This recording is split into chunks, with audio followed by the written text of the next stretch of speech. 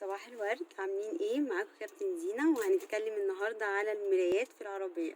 بصوا يا جماعه، المرايات من اهم الاشياء في العربيه، وطبعا احنا عندنا 3 انواع من المرايات. المرايه اللي هي في النص وهي المرايه الوسطى، والمرايه اليمين والمرايه الشمال. طب يا جماعه، المرايه الوسطى بنكشف بيها طبعا كل لازم الازاز اللي ورا. طيب، وده ليه؟ عشان خاطر نشوف لو احنا جايين نهدي لازم نشوف العربيه اللي ورانا هي في مسافه امان بيني وبينها ولا لا.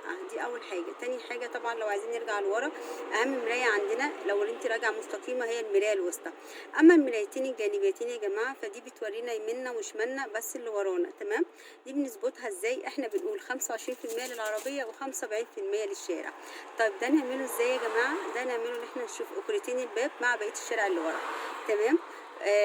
المرايات مهمه جدا، ان طبعا انت لو جايه تكسري يمين لازم تكوني باصه في المرايه اليمين، تكسري شمال لازم تكوني باصه في المرايه الشمال. فالمرايات يا جماعه من العناصر الاساسيه في العربيه. وده كان تاني فيديو معانا، وكان معاكم كابتن دينا من شركه سيفتي، ودي كانت قناتي على اليوتيوب. فيا ريت لو عايزين نكمل المتابعه، ولو عايزين نكمل الحصص يا جماعه لازم تعملوا لنا اشتراك وتعملوا لنا لايك وتشاركونا على الصفحه، ومستنيين تعليقاتكم وعلى فيديوهاتنا. صباح الخير والسلام عليكم، وإن شاء الله إلى اللقاء في فيديو آخر. باي باي.